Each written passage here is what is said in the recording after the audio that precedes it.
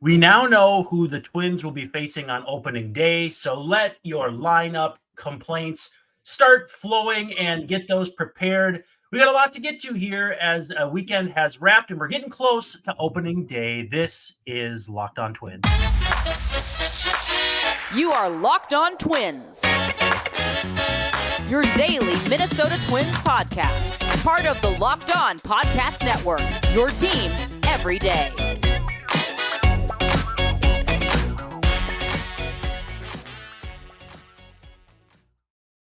Hello again, and welcome back to Locked On Twins. I'm your host, Brandon Warren. You can unfollow me on Twitter at Brandon_WARNE. And joining us from what appears to be a public space, Mr. Dave Brown at Answer Dave Brown on the tweets. Dave, what's up? I know I'm out in the wild, Brandon. It's kind of scary, but it's just a library, so hopefully I won't disturb the people with my Twins talk. Do you have any kids of the age who still watch Bluey? You know, I always heard good reviews about Bluey, but we never actually watched it. So, I'm not even sure what the age range is, but I think we missed the window. I regret it, but it's the truth. Well, I figured you were going to say, I don't know where you're going with this, but actually Chris Crawford, friend of the program, formerly of Roto World and a bunch of places, he watches it just to watch it. He's a grown man, and it's that good of a show. But where I'm going with this is it's a Australian, New Zealand, whatever.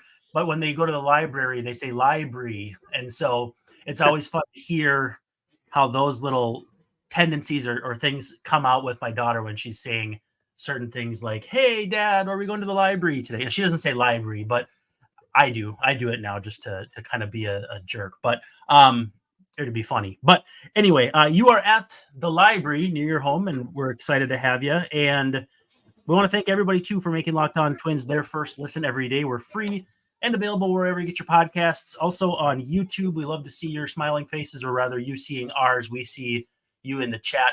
But, hey, thank you for hanging out in the chat. We got a lot to get to today. Also, we're part of the Locked On Podcast Network, which is your team every day. Can't forget that. And March 20th, we're coming up here in just a couple days. Locked On will be on Locked On Sports Today. That's our 24/7 streaming channel. And our MLB season preview will be there 7 p.m. Eastern, 6 p.m. Central if you're in Central with Dave and me. You can get the local insight from MLB local experts from the Locked On Podcast Network. Again, March 20th. So Wednesday, 7 p.m. Eastern on the Locked On Sports Today 24/7 streaming channel on YouTube, or on the free Amazon Fire TV channels app. Today's episode brought to you by FanDuel. Make every moment more. New customers join today, and you'll get $200 in bonus bets if your first bet of $5 or more wins. Visit FanDuel.com/lockedon to get started. And there's going to be a lot of interest in FanDuel coming up here. We had Selection Sunday just a few hours ago from when we're speaking, and you had a good point recently that to entirely sleep on DePaul making it, because I regret to inform you they did not. They will not be dancing unless it's dancing because their season's over. Well, sleeping is what DePaul does best when it comes to men's basketball anyway. So it sort of fits. Yeah, they have a new coach though. They just hired a guy, Chris Holtman, I believe, from who was at Ohio State. Yeah. So Gopher fans, you go for people. Go for this, go for that. Hopefully you can go for DePaul basketball in a few years when he turns the program around, right? Right? Let's hope. Yeah. Well, it's not against the rules to vote for a Big Ten and a Big East team. I don't see why they have to be mutually exclusive. So, sure, that sounds good to me. Hey, we know who the Twins are going to be facing on opening day. It's Cole Ragans. The secret is out. The secret is out. Cole Ragans, yeah. I think everybody thought that's who it was going to be, but the Royals were taking their sweet blank time telling everyone. Well, Matt Quatraro pulled the Band-Aid off that. Quatraro, I'm probably not even saying it right. It sounds to me like, and it's something I could use right now, it's like a razor, like Quatraro. Like I got the 4-blade Quatraro on my face. And shaves incredibly close. Huh? Shaves incredibly close. Well, it's not working too That's good from a commercial. that sort of commercial, yeah. What do you think of him as a manager, by the way? You've got a kind of a really good view of seeing him on a regular basis, and certainly There's been Ned Yost, and so there's been some good managers, some otherwise maybe not as good managers for the Royals in recent seasons. Has he been a pretty good get for them? I'm not sure yet. The Royals have so many holes. They filled some of them in this offseason, but it's hard to tell how good of a manager he is because he doesn't have or hasn't had a lot to work with. I don't know that the Royals are going to be contenders with the pieces that they've added, but they should go from whatever it was, 60 wins. Am I being generous? I don't know. To 56 wins, to 75, 80 wins at the most. I don't see them contending even with a 500 season, but we'll see. I'd like to see some more development on the pitcher's side. They brought in Sweeney from Cleveland to kind of get their pitching staff better. And, Ragans is the success story from that so far. I'm not sure if anybody else we've really seen a step forward. And I don't know, is that coaching? Is just Ragans ready to take a step forward? I don't know. So short story long, we'll see. Well, that's good. And that's a place too where you'd probably want to poach some talent for pitching coach wise. Cleveland has made that was the idea. Yes. Yeah. Made a living out of taking pitchers who are not expensive and have not been in the big leagues for very long and make them into good ones like Tanner Bybee, et cetera, so on and so forth. Yeah. So Ragans, tough last start here. Won't get too deep into him, but he did have a tough final start. But this spring in 13 1/3 innings, he's got 16 strikeouts, 8 earned runs. So he's been a little uneven, but in general, looks about like you'd expect him to. Again, not that we can really glean that much from 13 innings. But Twins fans who don't know much about him should be prepared for two things. One, for him to be really good. Like, he is really good. And two, the left-handed lineup.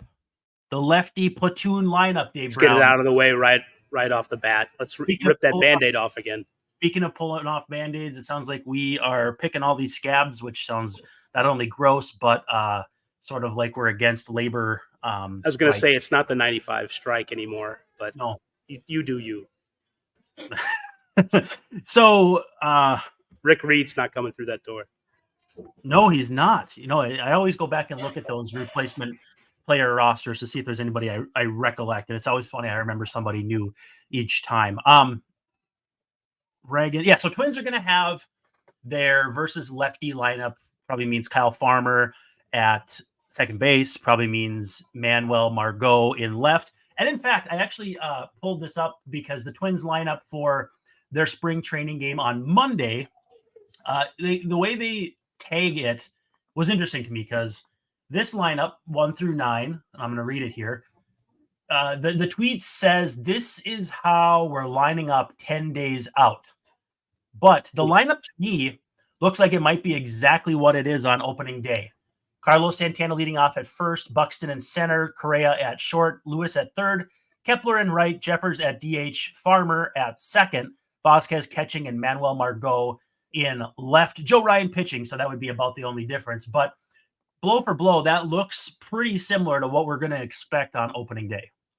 Help me out with this. We think Vasquez and not Jeffers behind the plate. Does Lopez have a preference? They have Jeffers DHing.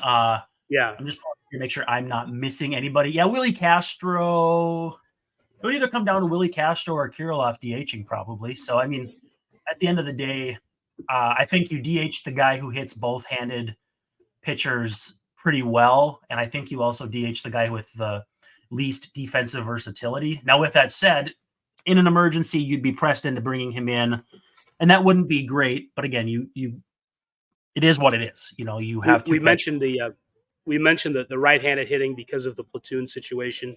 Yeah. Another thing to take away, you mentioned Santana leading off. It seems like that is going to be against left-handed pitching what the Twins are going to do. So we get used to that. He hits them very well. He's way above average against them, less so against right-handed pitchers. But, with Jeffers DHing, it makes me wonder, are the Twins still like a right-handed bat short? Even after getting Margot, is there still room for another addition there? So I don't think you want to have – they're only going to have 2 catchers. So I don't think Jeffers and Vasquez are going to be in the lineup Right. every day or even maybe at all together when one's a DH. You know what I'm saying? So well, I think they'll let Kirilloff face lefties more than, say, Wallner. Julian will be kind of hit or miss, but with Farmer as good as he is at hitting lefties, I would imagine that's going to be who spells him. Now, something to consider too is where Farmer hits against lefties. One is not only because of how good he is against lefties, but when he's replaced later in the game against a righty, it's going to be in a pretty big money spot. You know, if Kyle Farmer comes up in the 7th inning, and I guess I'm trying to think of a right-handed reliever now for the Royals because they've turned it over so much. It's not Josh Staumont anymore. Scott Or Barlow. Scott Barlow, yeah, no. Those are your who's the young guy that they're MacArthur, right? Yeah, MacArthur, yeah. Well, I guess to say he's out there, MacArthur, and you're going to go to Julian in that spot or Wallner in that spot. That is going to be where you'll swap out Farmer later in the game. So it will make sense to have him in a spot, 1 for his production, but 2 for his replacement value, which I think is part of the equation as well. But yeah, I'm just here again to warn everybody that the left-handed platoon lineup is coming. Let's take a quick second. We'll give some love to our friends at FanDuel. When we come back, we'll keep chopping it up about this last weekend. Twins had a fun win over the Rays on Saturday, but in general have been, not doing too great. They're 7-14 right now, which again, we don't care about, but we'll get back to that in just a second here. First, a word from FanDuel. All right. If we look a little brighter here, it's because I turned my light on. I forgot to turn it on, but anything to make us seem brighter. Exactly. I'll take it if I can get it. Say goodbye, though, to Busted Brackets because FanDuel lets you bet on every game of the tourney. Tourney is coming up here. We've got the first 4 games coming up, I believe, here in just the next day or so. So if you are going to bet on a big upset, which is where you'd be with those first 4 games, or if you want to take a 1 seed all the way to the end, like Houston, I think Houston's going to be my team. It's time to go dancing on America's #1 sports book because right now, new customers get $200 in bonus bets if your first $5 bet wins. That's $200 to use on point spreads, money lines, or who's going to win it all, plus about a million other options. Visit FanDuel.com/lockedon and bet on college hoops until they cut down the nets. Also, keep an eye out on socials. There's going to be a Locked On Minnesota pool that you can join. It's a public pool. Not like that, though. No swimming trunks necessary, but we'll have a public pool where everyone can get their picks in and brag if they can beat someone like Ron Johnson, Sam Ekstrom, Dave Brown, Brandon Warren. I don't know if Dave, you going to do one?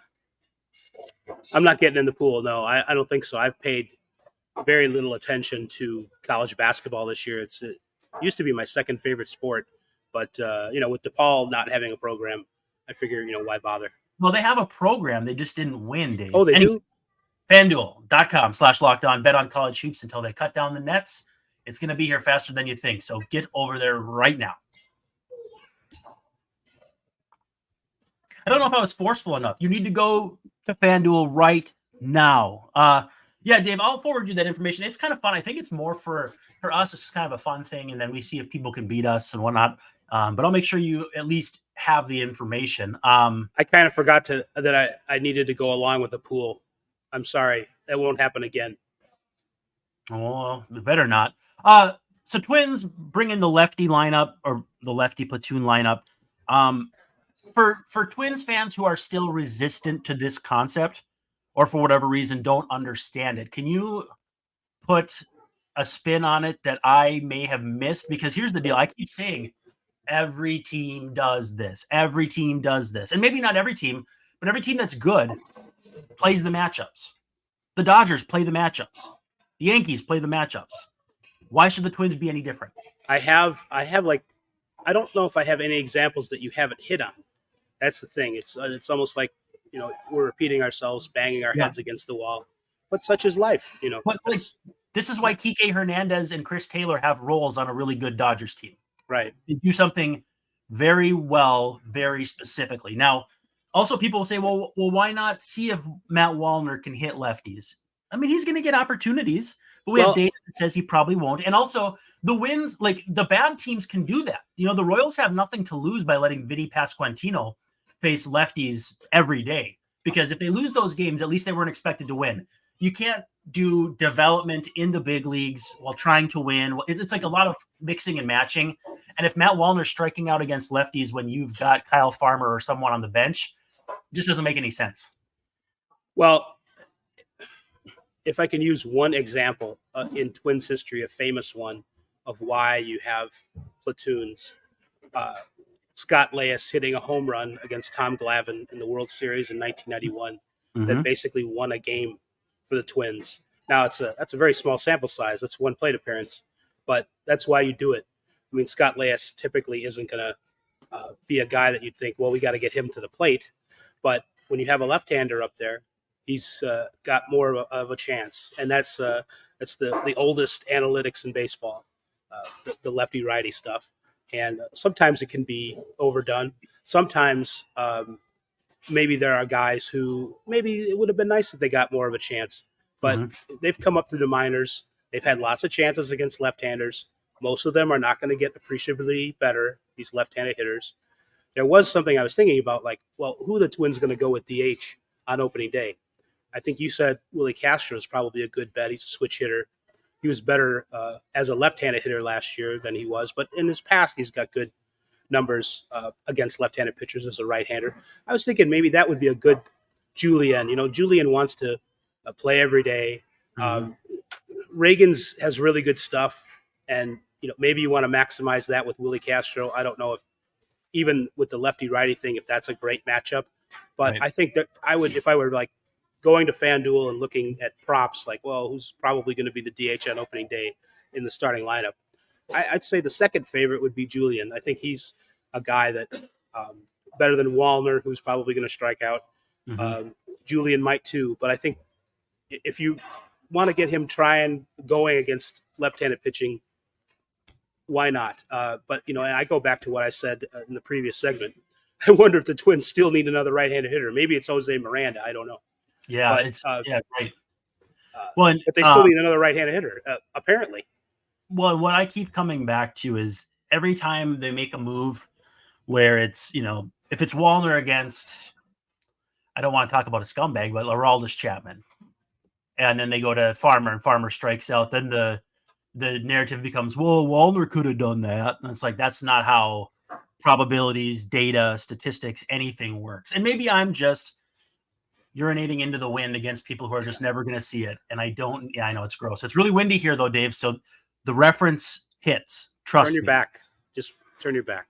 Yeah, true. I should. Well, that's a good bit of advice, no matter what you're talking about. But yeah, there are just some people who will not be talked sense into, and they're going to continue to say, "Oh, stupid Rockhead with his different lineups, and why can't they do this always the same?" And it's like, you want to be like the Rays, right?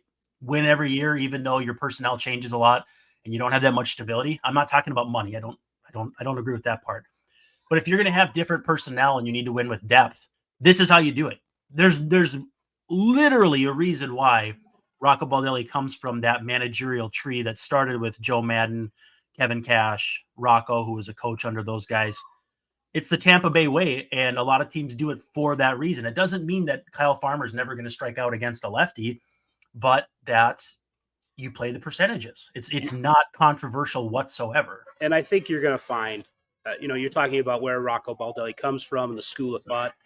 It's going to be hard to find a manager these days that isn't going to put a lineup out there like Baldelli does. It isn't avant-garde rocket science. This is something that I don't know if all managers do, but possibly, and certainly most are going to put out lineups with Farmer instead of Julian and Margot instead of Wallner and that kind of thing. So it's not a novel idea at all, and it's not something that, you know, if you are complaining about Rocco and the platoons, there's no one out there who you're going to get to manage who's going to do it differently and be successful with it. So you said before about like people are always going to have their rockhead opinions or whatever, and there's no talking to them. Maybe we should take our own advice and just stop talking to them.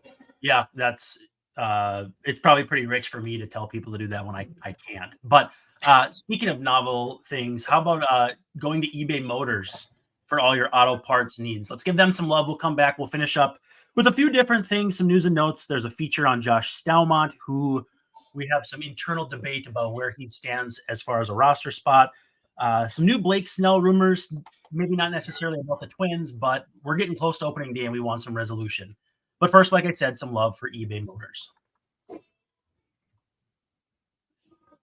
Passion, drive, and patience are what bring home the winning trophy and also what keep your ride alive. eBay Motors has everything you need to maintain your vehicle and level it up to peak performance, whether you want a supercharger, roof rack, exhaust kit, LED headlights, or more. Whether you're into speed, power, style, you name it, eBay Motors has you covered. With over 122 million parts, that's million parts for your number one ride, you'll always find exactly what you're looking for. And with eBay's guaranteed fit, your part is guaranteed to fit your ride every time, or you get your money back. Because with eBay Motors, you are burning rubber, not cash. With all the parts you need at prices you want, it's easy to turn your car into the MVP and bring home that win. Keep your ride alive at ebaymotors.com. Eligible items only. Exclusions do apply, and the eBay Guaranteed Fit is only available to U.S. customers. But again, ebaymotors.com. Keep your ride alive.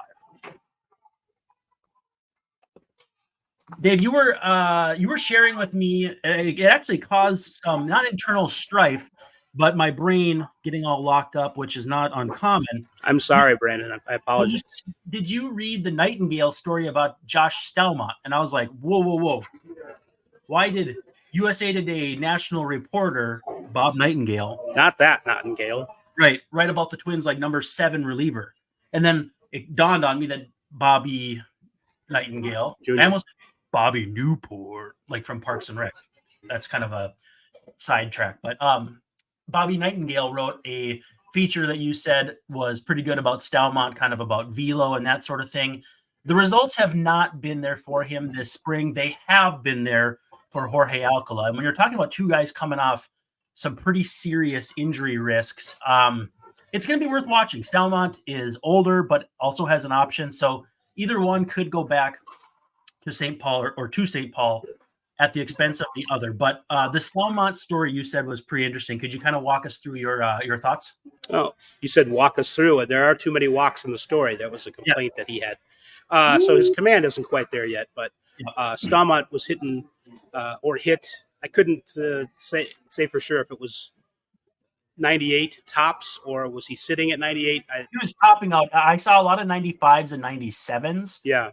Hit 98 though. So I mean, the velo is good, and I don't know if thoracic is like Tommy John, where the last thing to come back is command, because the problem is we don't have as much of a sample size with thoracic, and it's just a different type of injury. Like I always think about it as though like you just like unplug the arm and then plug it back in, thoracic outlet, kind of like that's how I get my cable TV to work. Right. And why would the human body be any different than cable television? If I know anything, those are basically the exact same science. But, back to Staumont for a second, Rocco said that he was pleased because it was the first outing basically where he looked like the Josh Staumont that they were hoping to get, at least eventually.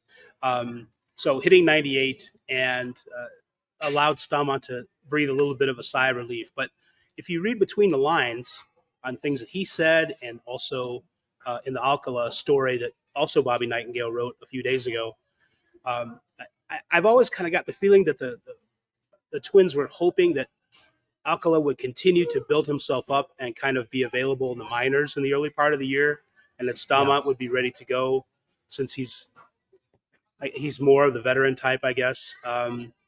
But it seems like, in a perfect world, both of those guys maybe could use a little bit more of a ramp up at St. Paul. And I don't know that is in the cards based on the depth, although the Twins certainly have depth to do that. But Staumont's like, I was excited about hitting 98, but I want it to be a sustainable thing. He takes a very green approach to his career at this point. He's not doing pull downs at drive line trying to hit 98. He wants to throw strikes at 98. Yes, and he wants it to last. He's not looking to light up a scoreboard for a little while and then get back on the injured list, in a few weeks. So Um, uh, Maybe it's something that he can continue to work on in the majors.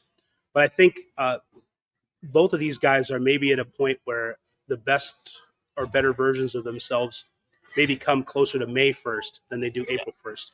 So maybe that means low leverage situations for one of them. I don't see them both going down to the minors to start the season, but it's certainly possible. The way we'll see how DeSclafani fits into this, and Varland, and the Twins have a lot of options there. So, but it's finally some encouraging news. The thoracic outlet syndrome surgery, for those who don't know, there's pressure on the shoulder and the neck, and it's relieved by they remove. It can be like nerve related, which is bad, or muscle related, which I think is what the deal was with Staumont. He had a rib removed, and he had some. I don't even know if I'm pointing to the right place, and some other material in there to sort of relieve the pressure, and was getting mediocre results with his fastball. But throwing 98 is encouraging. Improving his command is encouraging. So hopefully the Twins are going to get some version of the Royals pitcher who from time to time was really successful. Well, having ribs removed from men historically has provided some pretty great things. So, wow, yeah, right. That's a deep pull there. That goes back a few years, many thousands of 6,000 years, according to some. Right. One thing I think people don't think of, like, I know that fans don't like when you go with the old guy. So if you go with, like, they went with Tony Batista one year at third base, or Juan Castro over Jason Bartlett. And the problem is you can go from the old guy to the young guy, no sweat, but you can't go young guy, old guy, because you have to have somewhere for that old guy to be in the meantime.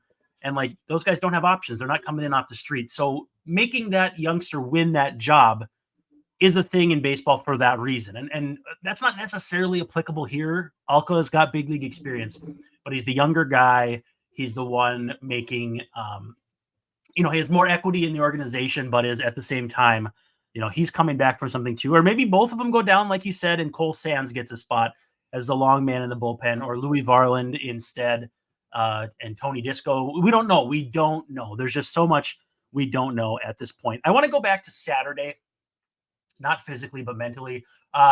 Byron Buxton, just an incredible game. Double, scores from first on a Royce Lewis. I think it was a double, but he opened it up from first to third. And I mean, he just teleported. It was like it was like in Angels in the outfield when they pick up the guy. And I think he hangs up there and makes that catch. I can't remember which character it was, but it was like the right fielder. And same kind of deal though. Like, it just seemed like he just zoomed around the bases as fast as ever. I am so eager to see what that means for regular season Byron Buxton, because the vibes are off the charts. Conversely, do you feel like also people have a little bit of a nagging feeling that they're waiting for the other shoe to drop and they don't want to get too excited because they're afraid? Always. Minnesota fans are inherently fatalistic. I guess that was a dumb question. Well, they'll make anything negative that they can. And like I said, pro sports are already inherently negative, because someone loses on every single play. Someone loses on every single pitch. Someone loses in every single game. Like, there's losing everywhere. You don't need to infuse any more negativity into your analysis. And negative analysis is the easiest analysis in sports because it's very difficult to prove wrong.